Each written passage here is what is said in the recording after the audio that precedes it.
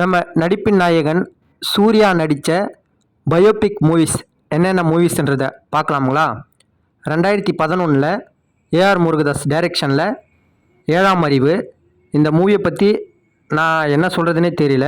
அந்த இயர்லேயே one of the best movie 7ஆம் அறிவு. அடுத்து 2020 ரிலீஸ் ஆன சூரரை போற்று. சுதா கொங்கோரா டைரெக்ஷனில் சூர்யா நடிச்சிருப்பார். இல்லை அந்த கேரக்டராகவே வாழ்ந்திருப்பார். கோபிநாத்ன்றவருடைய பயோபிக் தான் இந்த சூரரை போற்று. எமோஷ்னலாகவும் சரி, ஆக்டிங்காகவும் சரி, ஸ்க்ரீன் பிளேவாகவும் சரி சொல்லவே வேணாம், வேறு மாதிரி இருக்கும். சூர்யாவுக்கு இந்த சூரரை போற்றுமே ஒரு one of the best movie. அடுத்து ஞானவேல் டைரெக்ஷனில் ரிலீஸ் ஆன ஜெய்பீம். ஜெய்பீமை பற்றி நான் சொல்லணும்னு அவசியமே இல்லை. ஸோ படம் பார்த்தவங்களுக்கு எல்லாருக்குமே தெரிஞ்சிருக்கும். அந்த மாதிரி ஒரு தாக்கத்தை ஏற்படுத்தியது ஜெய்பீம். மணிகண்டன் ஆக்டிங்காகவே இந்த படத்துக்கு நேஷ்னல் அவார்ட்லாம் கொடுத்தாங்க. ஸோ இதுவுமே சந்துருன்றவருடைய வாழ்க்கை வரலாறை தழுவி எடுக்கப்பட்ட ஒரு திரைப்படமாகும் ஜெய்பீம்.